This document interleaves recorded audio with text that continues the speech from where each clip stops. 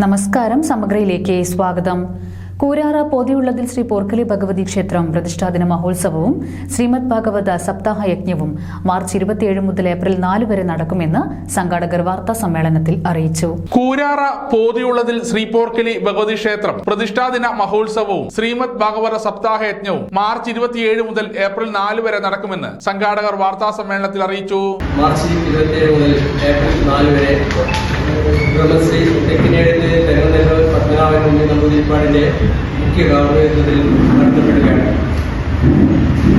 കടയപ്പുറം മഹാഗണപതി ക്ഷേത്രത്തിന് കലവറക്കൽ ഘോഷയാത്ര ആരംഭിച്ച് ക്ഷേത്രത്തിൽ എത്തുന്നതോടുകൂടി നമ്മുടെ ശ്രീമദ് ഭാഗവത സപ്താഹ യജ്ഞത്തിന് തുടക്കമായി. ശ്രീമദ് ഭാഗവത സപ്താഹ യജ്ഞാചാര്യരായിരിക്കുന്നത് ഹരികൃഷ്ണൻ നമ്പൂതിരി ആലച്ചേരിയാണ്. ശ്രീമദ് ഭാഗവത സപ്താഹ യജ്ഞം കഴിയുന്ന ഇടവേളകളിൽ നമ്മുടെ പ്രദേശവാസികളുടെ കലാകാരന്മാരുടെ വിവിധ തരത്തിലുള്ള കലാപരിപാടികളും അരങ്ങേറുന്നത്.